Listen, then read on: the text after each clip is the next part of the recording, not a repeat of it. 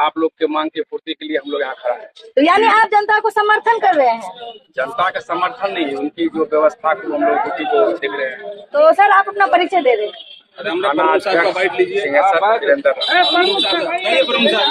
नरेंद्र मोदी को शर्म नहीं आती है कि वो लगातार जिस वोट से वो चुनाव जीते हैं उसी वोटर को कहते हैं कि यहाँ का वोटर नहीं है। आज हमारे पिताजी का जन्म प्रमाण पत्र खोजा जाता है, उसका पिताजी का जन्म प्रमाण पत्र है क्या? वो दिखाएगा उसका जन्म प्रमाण पत्र है क्या? जी, तो आपका कहना है कि सरकार जो इतना डिमांड कर रही है तो वो जब पब्लिक को इतना सता रही है तो पब्लिक भी उनसे जनता भी रुक जाती है। सबसे ज्यादा इसमें दलित पिछड़ा अति पिछड़ा को दिक्कत है, जिसके पास कोई कागजात नहीं है, कोई जमीन का कागजात नहीं है, वो सरकारी जमीन पर बसा हुआ है, वो कहाँ से कागजात देंगे? ये तो सरकार की तुगलकी फरमान है। और बीजेपी का, भारत सरकार और बीजेपी आरएसएस का ये चुनाव आयोग जो है ऑफिस बना दिया है। चुनाव आयोग का ऑफिस ये बीजेपी का ऑफिस है, आरएसएस की ऑफिस है, उसके इशारे पर चलती है।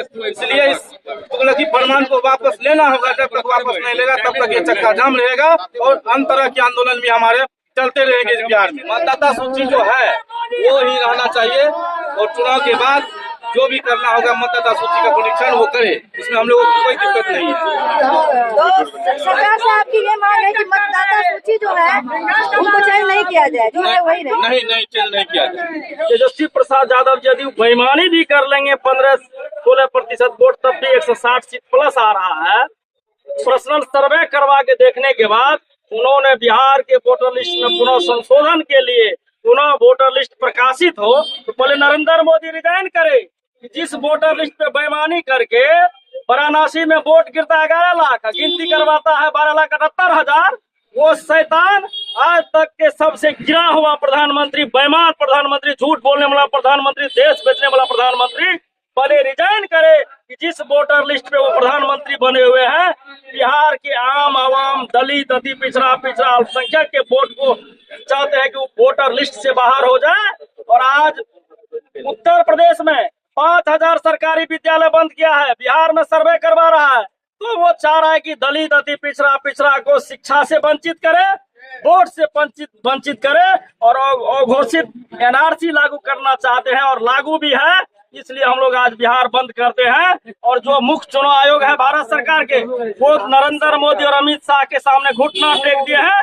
एक संवैधानिक पद पे बैठ के मुख्य चुनाव आयोग ने पूरे हिंदुस्तान को, पूरे दुनिया में कलंकित करने का काम किया है और संवैधानिक पद पे बैठ के उनके इशारा पे काम कर रहा है। यानी कितना दिन तक आप लोग चक्का जाम रखिएगा? जब तक न्याय नहीं मिलता हम लोगों को सुप्रीम कोर्ट पे, न्यायालय पे विश्वास है।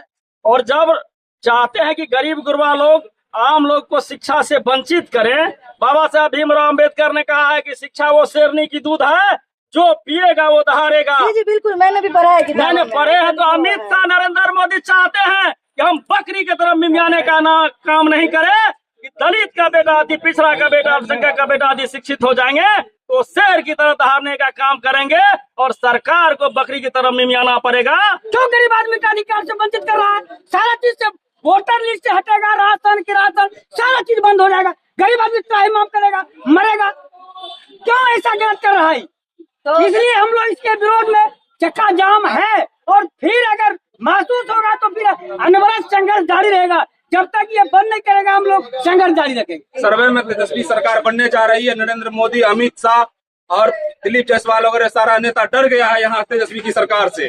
तो उसके तहत जो राजद का महागठबंधन का वोटर है, या वोटर आईडी कार्ड के तहत इनको जो है उनका नाम छाटने का प्रयास किया जा रहा है। सिर्फ राजद और महागठबंधन के वोटरों को हटाने का प्रयास किया जा रहा है। इसलिए हम लोग ये नहीं होने देंगे।